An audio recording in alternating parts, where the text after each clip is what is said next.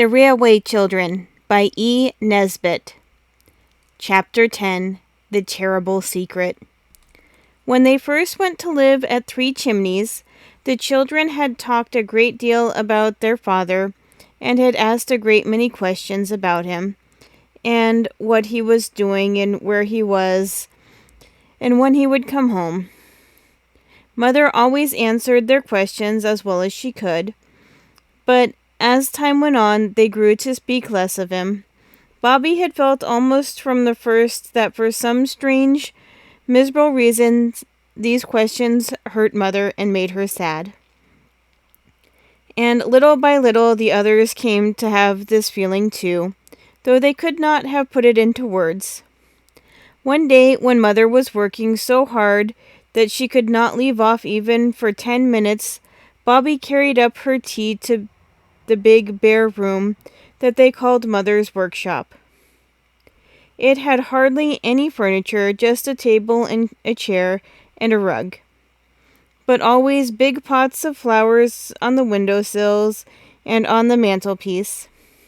The children saw to that, and from the 3 long uncurtained windows the beautiful stretch of meadow and moorland, the far violet of the hills, and the unchanging changefulness of cloud and sky. "Here's your tea, Mother, love," said Bobby. "Do drink it while it's hot." Mother laid down her pen among the pages that were scattered all over the table, pages covered with her writing, which was almost as plain as print and much prettier. She ran her hands into her hair as if she were going to pull it out by handfuls. "Poor dear head," said Bobby. "Does it ache?" "No, yes, not much," said Mother. "Do you think Peter and Phil are forgetting Father?" "No," said Bobby indignantly. "Why?" "You none of you ever speak of him now." Bobby stood first on one leg and then the other. "We often talk about him when we're by ourselves," she said. "But not to me?" said Mother. "Why?" Bobby did not find it easy to say why. You, she said and stopped. She went over to the window and looked out.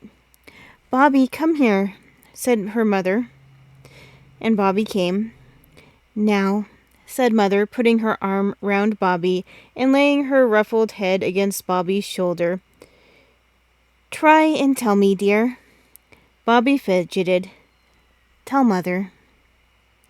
"Well then," said Bobby, "I thought you were so unhappy about Daddy not being here, it made you worse when I talked about him, so I stopped doing it." "And the others?" "I don't know about the others," said Bobby. "I never said anything about that to them, but I expect they felt the same way about it as me." "Bobby, dear," said Mother, still leaning her head against her, "I'll tell you. Besides parting from Father, he and I have had a great sorrow. Oh, terrible! Worse than anything you can think of. And at first it did hurt to hear you all talking of him as if everything were just the same. But it would be much more terrible if you were to forget him. That would be worse than anything." "The trouble," said Bobby in a very low voice, "I promised I would never ask you any questions, and I never have I? But the trouble, it won't last always." "No," said Mother, "the worst will be over when Father comes home to us." "I wish I could comfort you," said Bobby. "Oh, my dear, do you suppose you don't? Do you think I haven't noticed how good you've all been, not quarreling near as much as you used to, and all the little kind things you do for me, the flowers and cleaning my shoes and tearing up to make my bed before I get time to do it myself?" Bobby had sometimes wondered whether Mother noticed these things. "That's nothing," she said. "To what?" "I must get on with my work," said Mother, giving Bobby one last squeeze. "Don't say anything to the others." That evening, in the hour before bedtime, instead of reading to the children, Mother told them stories of the games she and Father used to have when they were children and lived near each other in the country. Tales of adventures of Father with Mother's brothers when they were all boys together. Very funny stories they were, and the children laughed as they listened. "Uncle Edward died before he was grown up, didn't he?" said Phyllis, as Mother lighted the bedroom candles. "Yes, dear," said Mother. "You would have loved him. He was such a brave boy, and so adventurous, always in mischief, and yet friends with everybody in spite of it. And your Uncle Reggie's in Ceylon. Yes, and Father's away too. But I think they'd all like to think we'd enjoyed talking about the things they used to do.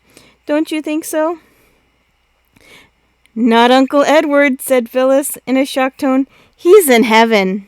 "You don't suppose he's forgotten us and all the old times because God has taken him, any more than I forget him?" "Oh, no, he remembers. He's only away for a little time. We shall see him some day." "And Uncle Reggie? And Father too?" said Peter. "Yes," said Mother. "Uncle Reggie and Father too. Good night, my darlings." "Good night," said everyone. Bobby hugged her mother more closely even than usual and whispered in her ear, "Oh, I do love you so, Mummy, I do, I do." When Bobby came to think it all over, she tried not to wonder what the great trouble was. But she could not always help it. Father was not dead, like poor Uncle Edward. Mother had said so. And he was not ill, or Mother would have been with him.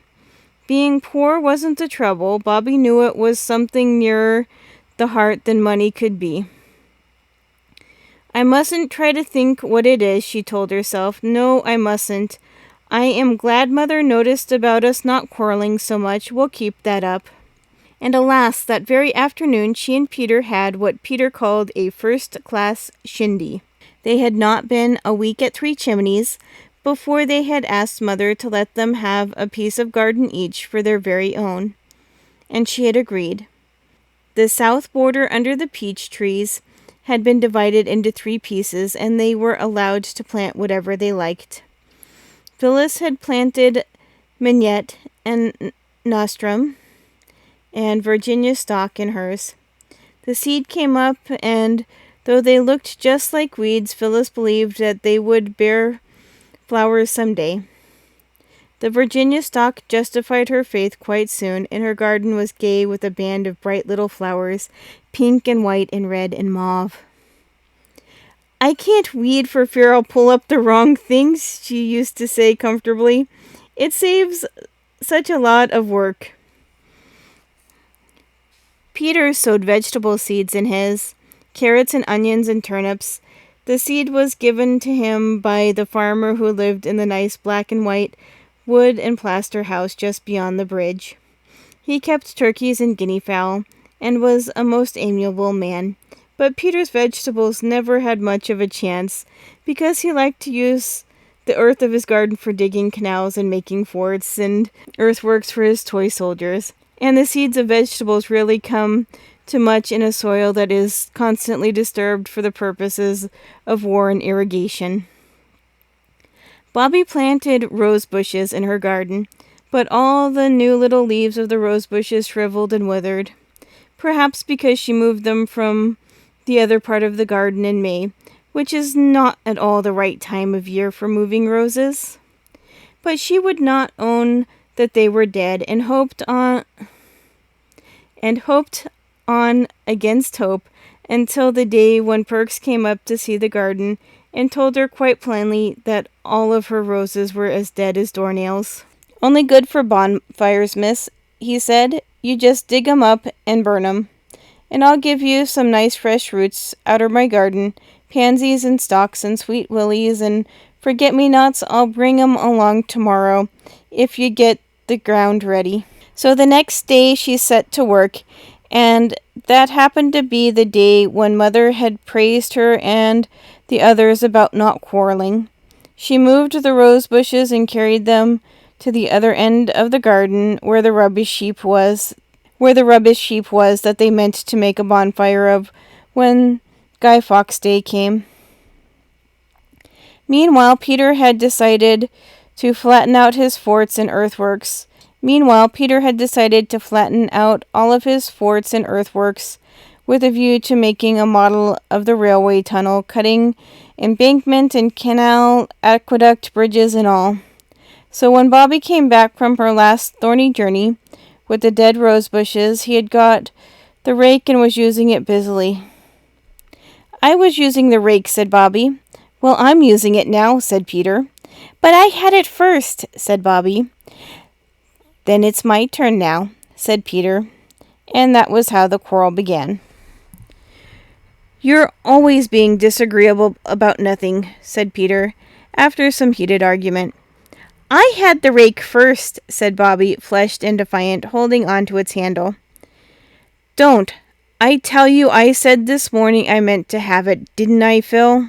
Phyllis said she didn't want to be mixed up in their row, and instantly, of course, she was. "If you remember, you ought to say." Of course she doesn't remember, but she might say so. "I wish I'd had a brother instead of two whiny little kitty sisters," said Peter. This was always recognized as an indicating the high water mark of Peter's rage. Bobby made the reply she always made to it. "I can't think of why little brothers were ever invented." And just as she said it, she looked up and saw the 3 long windows of Mother's workshop flashing in the red rays of the sun.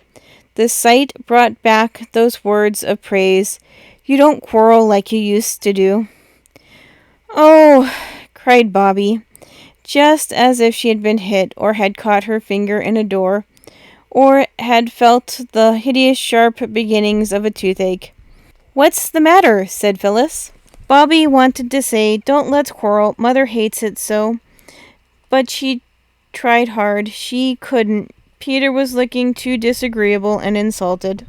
"Take the horrid rake, then," was all she could manage, and she suddenly let go her hold on the handle.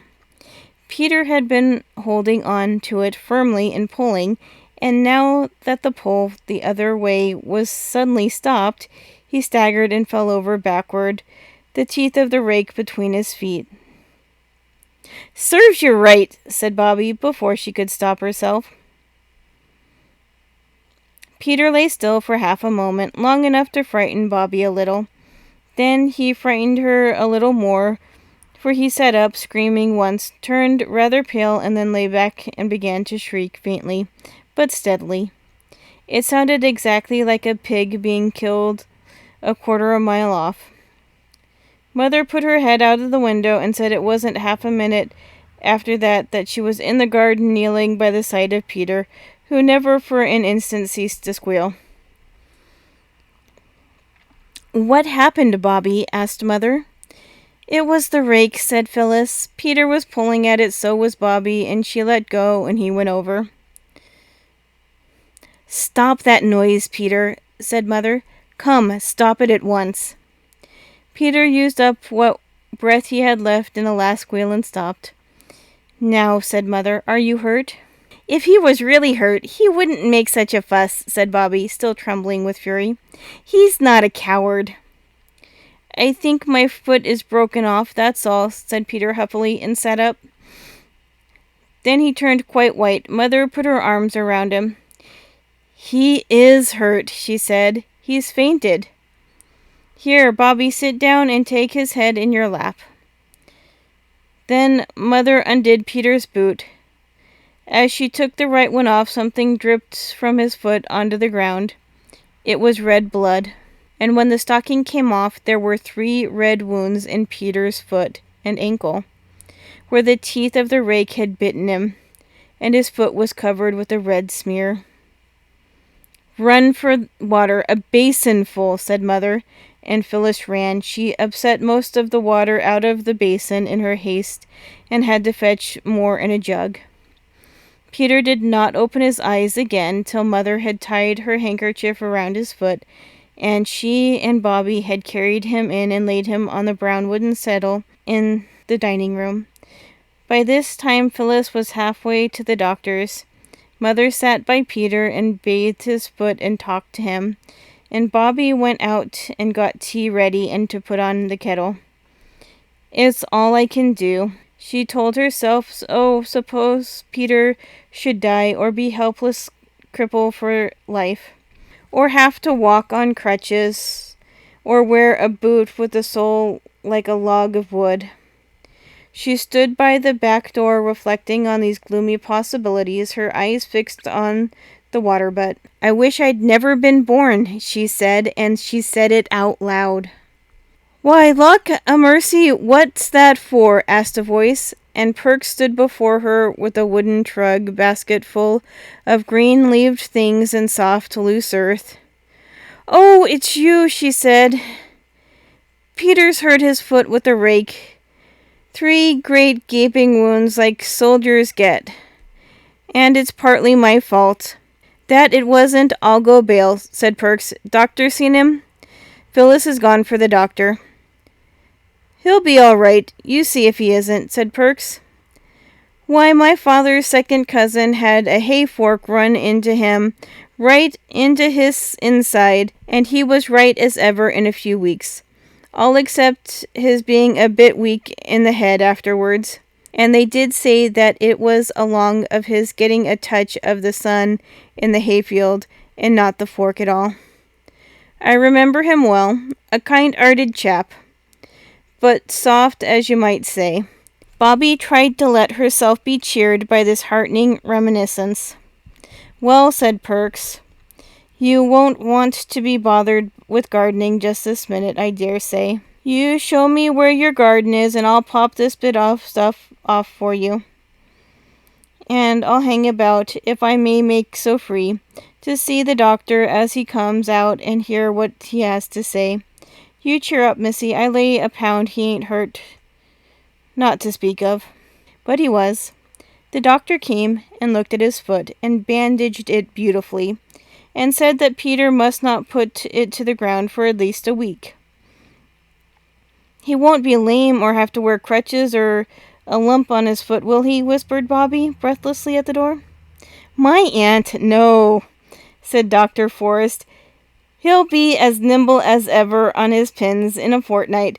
Don't you worry, little Miss Mother Goose. It was when Mother had gone to the gate with the doctor to take the last instructions, and Phyllis was filling the kettle for tea, that Peter and Bobby found themselves alone. He says you won't be lame or anything, said Bobby. Of course I shan't, silly, said Peter, very much relieved all the same. Oh, Peter, I am so sorry, said Bobby after a pause. That's all right, said Peter gruffly. It was all my fault, said Bobby. Rot, said Peter. If we hadn't quarreled, it wouldn't have happened. I knew it was wrong to quarrel. I wanted to say so, but somehow I couldn't. Don't drivel, said Peter. I shouldn't have stopped if you had said it.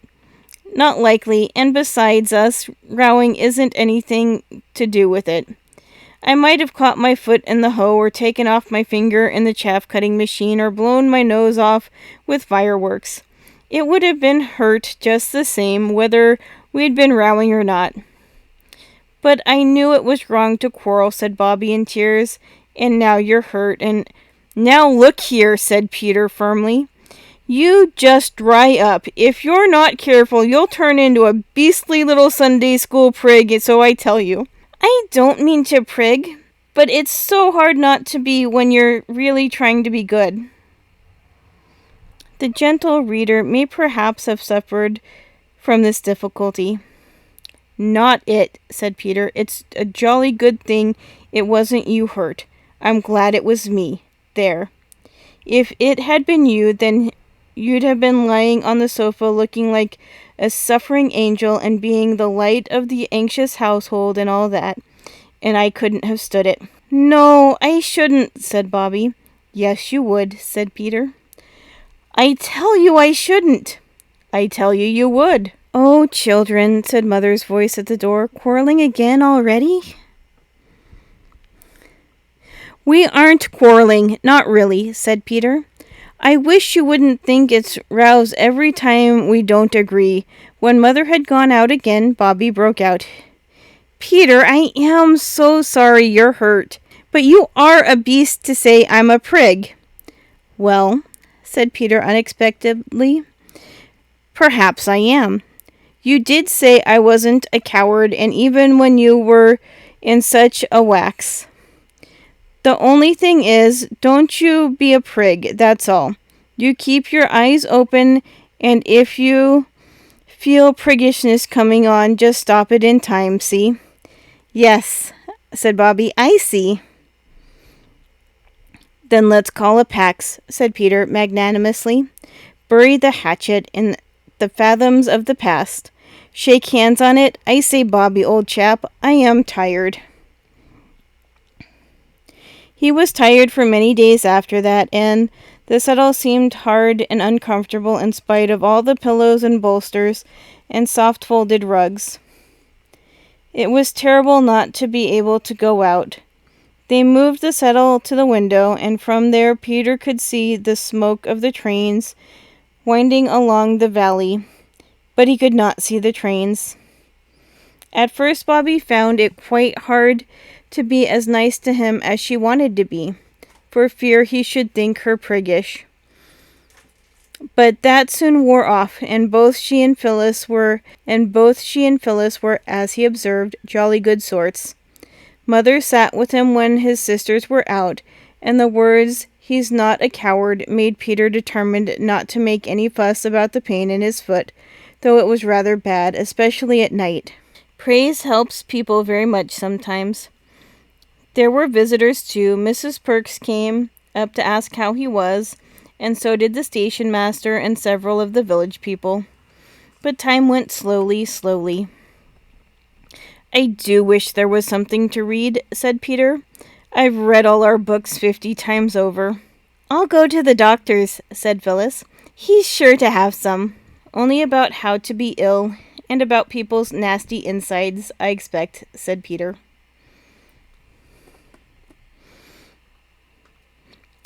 "Perks has a whole heap of magazines that came out of trains when people are tired of them," said Bobby. "I'll run down and ask him." So the girls went their two ways. Bobby found Perks busy cleaning lamps. "And how's your young gent?" said he. "Better, thanks," said Bobby. "But he's most frightfully bored. I came to ask if you'd got any magazines you could lend him." "There now," said Perks, regretfully rubbing his ear with a black and oily lump of cotton waste. "Why didn't I think of that now? I was trying to think of something as 'ud amuse him only this morning, and I couldn't think of anything better than a guinea pig, and a young chap I know's going to fetch that over for him this tea time." "Oh, how lovely! A real live guinea pig! He will be pleased. But he'd like the magazines as well." "That's just it," said Perks. "I've just sent the lot of 'em to Snigson's boy, him what's just getting over the pneumonia. But I've lots of illustrated papers left." He turned to the pile of papers in the corner and took up a heap 6 inches thick. "There," he said. "I'll just slip a bit of string and a bit of paper round 'em." He pulled an old newspaper from the pile and spread it on the table, and made a neat parcel of it. "There," said he. "There's a lot of pictures, and if he likes to mess 'em about with this paint box, or colored chalks, or whatnot, why, let him. I don't want 'em." "You're a dear," said Bobby. Took the parcel and started. The papers were heavy, and when she had to wait at the level crossing while the train went by, she rested the parcel on top of the gate. Idly she looked at the printing on the paper that the parcel was wrapped in. Suddenly she clutched the parcel tighter and bent her head over it. It seemed like some horrible dream. She read on. The bottom of the column was torn off. She could read no further. She never remembered how she got home, but she went on tiptoe to her room and locked the door. Then she undid the parcel and read the printed column again. Sitting on the edge of her bed, her hands and feet icy cold and her face burning. When she had read all there was, she drew a long, unnerving breath. "So now I know," she said. What she had read was headed, "End of the trial, verdict, sentence." The name of the man who had been tried was the name of her father. The verdict was guilty, and the sentence was 5 years, penal servitude. "Oh, Daddy," she whispered, crushing the paper hard. "It's not true. I don't believe it. You never did it. Never, never, never." There was a hammering on the door. "What is it?" said Bobby.